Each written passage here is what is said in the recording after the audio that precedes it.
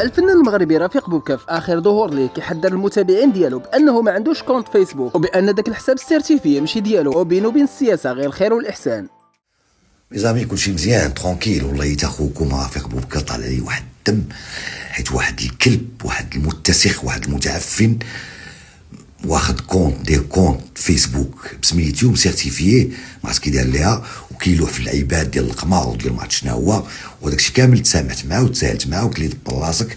ولكن دابا منين ليه واحد النوتيفيكاسيون، ليه واحد البوبليكاسيون كيسب في يمين يمال، والمغاربه كلهم غيسحب لهم واش انا ديالي، انا ماشي ديالي داك الكونت، وهاد الخينا هذا غدانا عند البوليس.